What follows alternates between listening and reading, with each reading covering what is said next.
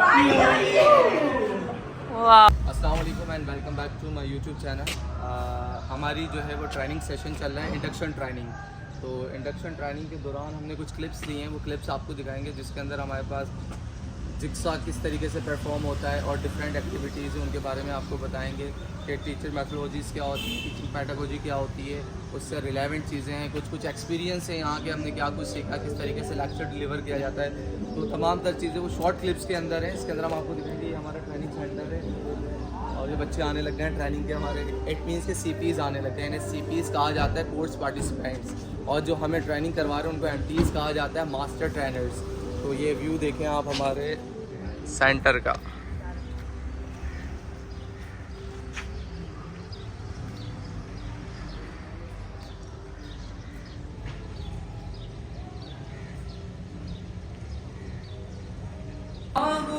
Summer ये Tabo sipper ये ताजों कमर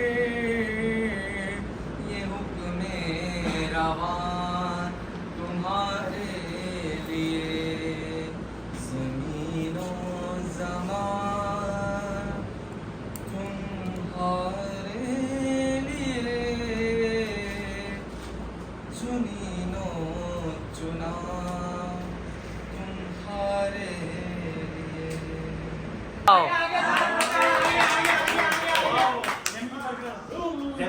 मुझे चाहिए बर्गर, ले लूंगा।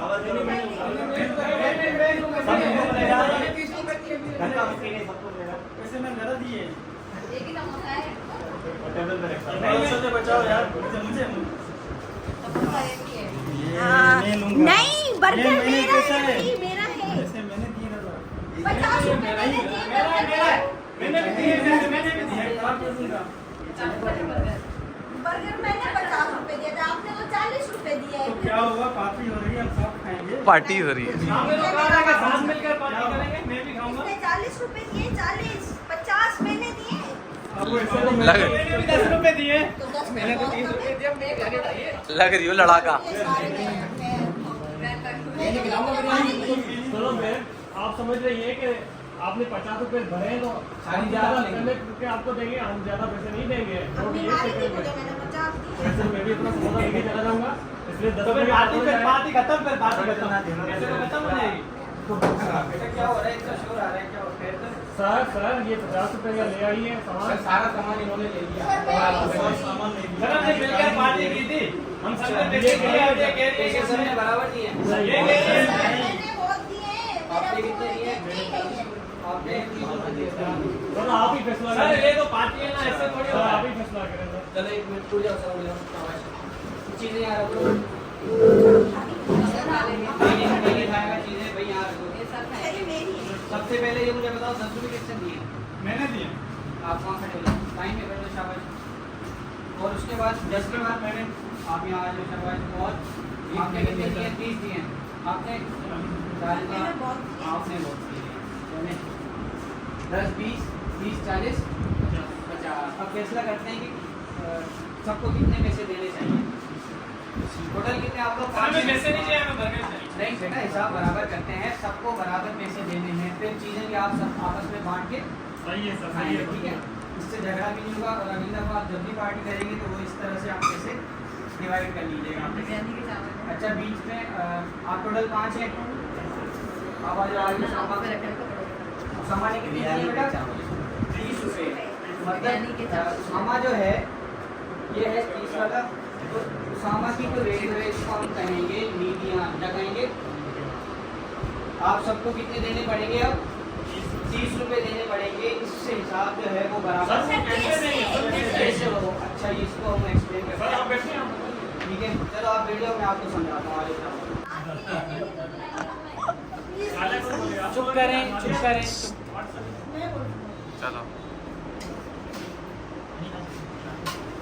Wow, what a beautiful sunny day. Everything is look clearly. What a beautiful flowers. All sun look like. Everyone is talking about the sun, but I only see a vlog. Everyone's talking about day and night, but I have only darkness in my life. What a busy day. My favorite watch is broken. What happened? What? You don't know how it feels like when someone uses something precious.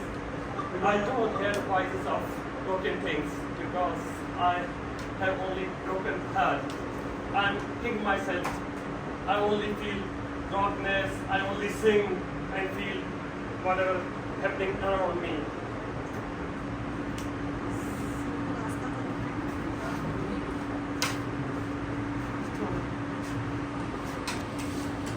अब आपके पास इनमें बताया मुझे prime factor कौन सा और composite कौन सा है। ये आपके पास प्राइम है तो याद रखिएगा जहां पर प्राइम फैक्टर आता है वहां पे ट्री स्टॉप हो जाता है, जहां पे कंपोजिट आता है वहां से दोबारा स्टार्ट आ जाता है। तो 12 के दोबारा से अगर आप फैक्टर बनाएंगे तो क्या बन रहे हैं 2 एंड 6। अब दोबारा हमने देखा ये 2 प्राइम है, इसको यहीं पे स्टॉप कर दिया, हम 6 पर आ गए। 6 के दो फैक्टर बन रहे हैं 2 एंड 3। अब आपने देखा दोनों नोड्स के ऊपर 2 भी प्राइम नंबर है 3 भी प्राइम नंबर है, तो आपका यहीं पे ट्री स्टॉप हो गया। तो आपकी जो नोट्स बनी 2 multiply by 2 multiply by 2 multiply by 3, आपकी नोट्स ये बन गई और ये इक्वल हो गया 24 को। जैसे यहाँ पे 18 है, अब 18 पे मैं तो उसके फैक्टर्स लिखता हूँ। आपने आगे बताना है कि ये इसके फैक्टर्स हैं या नहीं है। ठीक है बेटा, सामने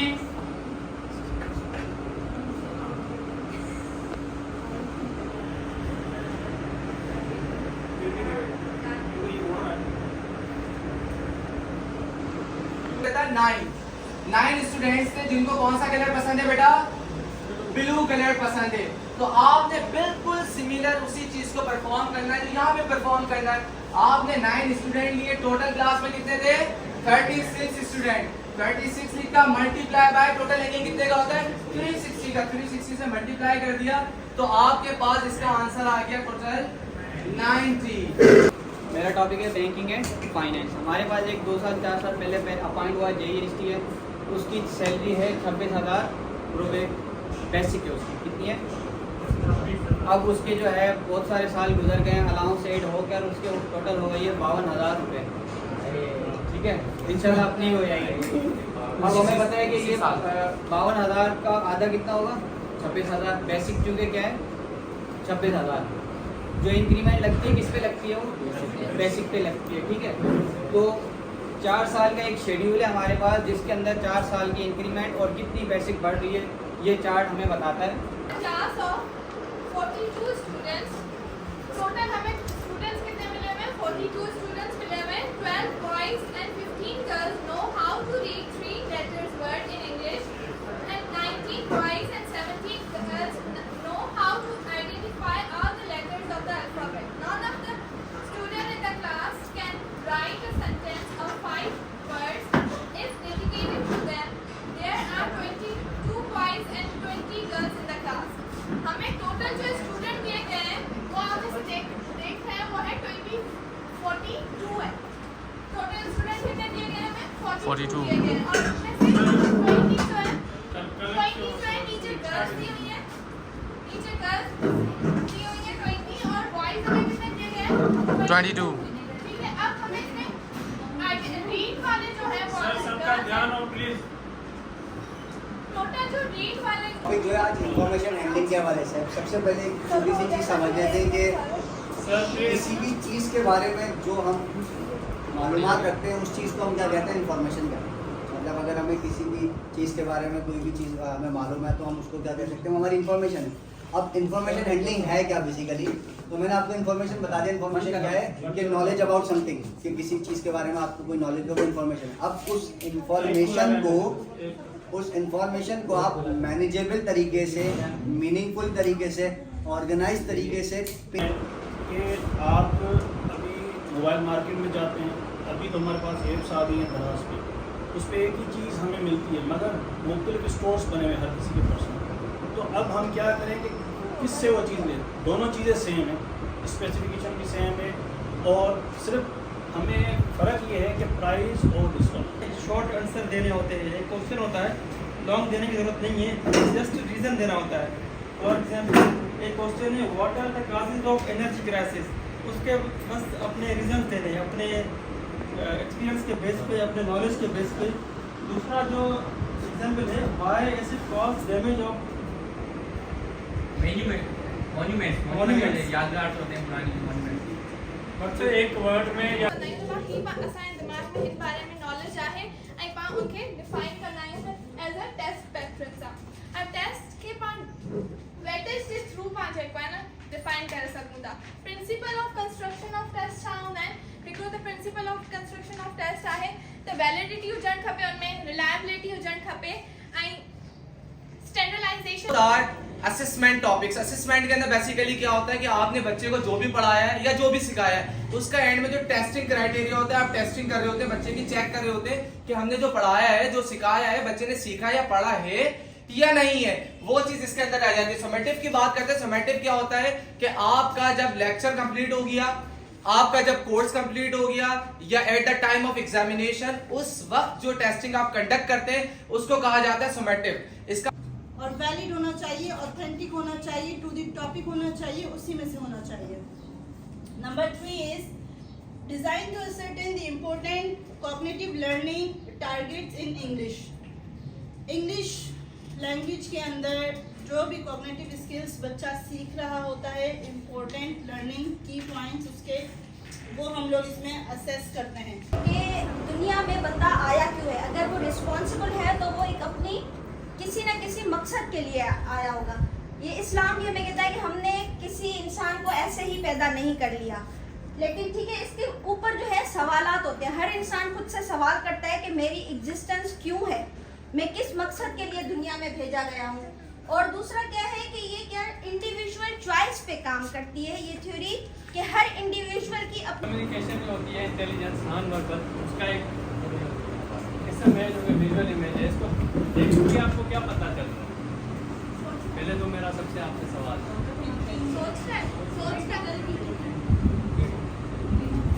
मैं समझ सकता हूँ आपके जहन में क्या आ रहा होगा। आप ये समझ रहे होंगे कि ये एग्जैक्टली ये कोई रोड साइड रोमियो है या फिर इसका ब्रेकअप हो चुका है, या फिर हज़रत आदम अलैहिस्सलाम जी जेका शिकल आहे सा इंसानी शिकल आहे। छाजे करे जेकॾहिं तव्हां एज़ अ मुस्लिम सोचो था त जेका इंसानी जेका शिकल कंप्लीट आहे सो मोहम्मद सल्लल्लाहु अलैहि वसल्लम जे नाले मां ठही आहे। मीं मां मुंहुं ठहियल आहे, आई मां हथु ठहियल आहे, मीं मां मथो ठहियल आहे, ऐं दाल मां जेको आहे त पूरे जी पूरी बॉडी ठहियल आहे। माशाअल्लाह।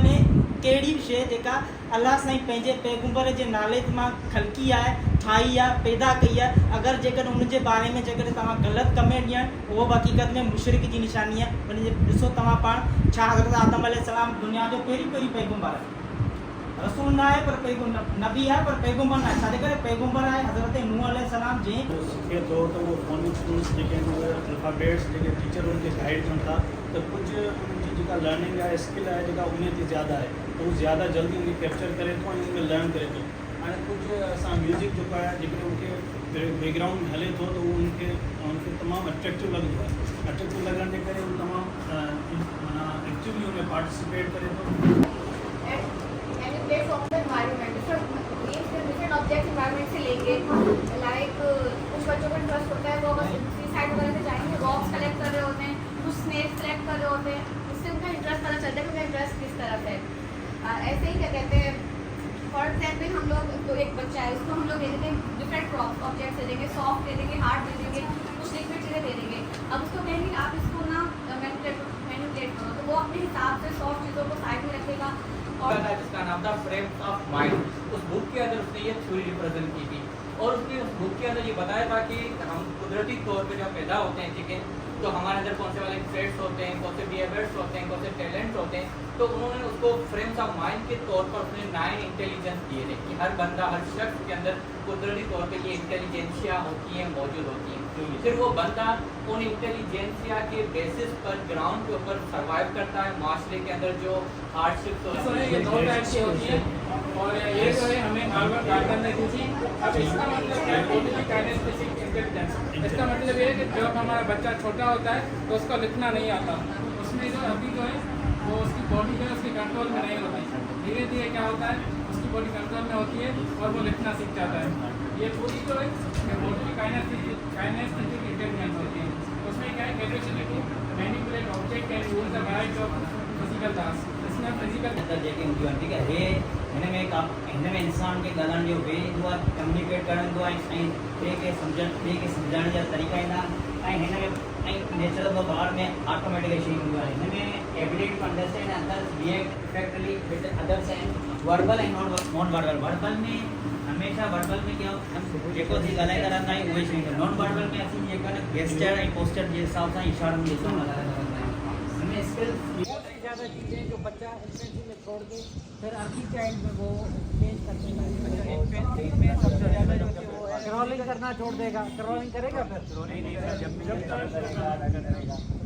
जब ब्रीफिंग करूंगा वो स्टैंडर्ड टीचिंग है ये कि हम लेंगे कि teaching of English is a foreign language ठीक है कि हम यहाँ पर ये एक स्टैंडर्ड रखा गया है लैंग्वेज को सेकंड लैंग्वेज इंग्लिश को हम यहाँ पे करेंगे स्टैंडर्ड के तौर पर कौन सा as a second language as a foreign language मैं डिस्कस करूंगा करंट इरा में आज के दौर के अंदर ठीक है हम देखेंगे इंग्लिश की इंपॉर्टेंस क्या है स्पेशली हम देखें हमारे टीचिंग प्रोफेशन के अंदर अगर हम देखें मोस्ट ऑफ जो अपडेटेड सिलेबस होता है मोस्ट ऑफ जो डिस्कवरीज होती हैं इन्वेंशंस होती है वो फॉरेन की होती है ठीक है असल में समझा हुआ इस बात को कोलैबोरेशन में काफी फैक्टर्स इन्वॉल्व होते हैं जिस तरह पेरेंट्स होते हैं सबसे पहला रोल उनका होता है दूसरा बाद में स्कूल या क्लासरूम आता है ठीक है उसके बाद उसके रिलेटिव्स का होता है उसके बाद बहुत से बाद में फैक्टर्स आ जाते हैं सोसाइटी का रोल होता है तो अगर पेरेंट्स का रोल डिस्कस करें तो आजकल बच्चे के साथ कुछ इस तरह होता है कि पेरेंट्स उसके मैंने जैसे कहा कि उसके पास होते हैं